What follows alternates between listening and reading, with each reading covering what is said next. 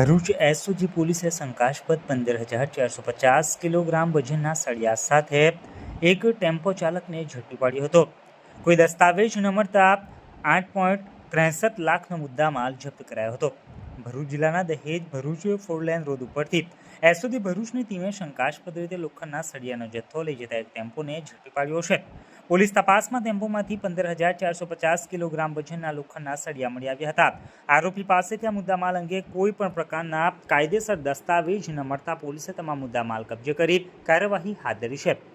SOG ભરૂચના PI એ ચૌધરીની ટીમને patrolling દરમિયાન બાતમી મળી હતી કે એક આઈસર ટેમ્પો નંબર DJ27X3812 દહેજ ભરૂચ રોડ ઉપરથી વેસદરા નજીકથી ભંગારના લોખંડના સળિયા ભરીને વિલાયત વાગરા માર્ગે અમદાવાદ તરફ જઈ રહ્યો છે. બાતમીના આધારે પોલીસે વિલાયત ચોકડી નજીક વોચ ગોઠવી ટેમ્પોને અટકાવી તપાસ હાથ ધરી હતી.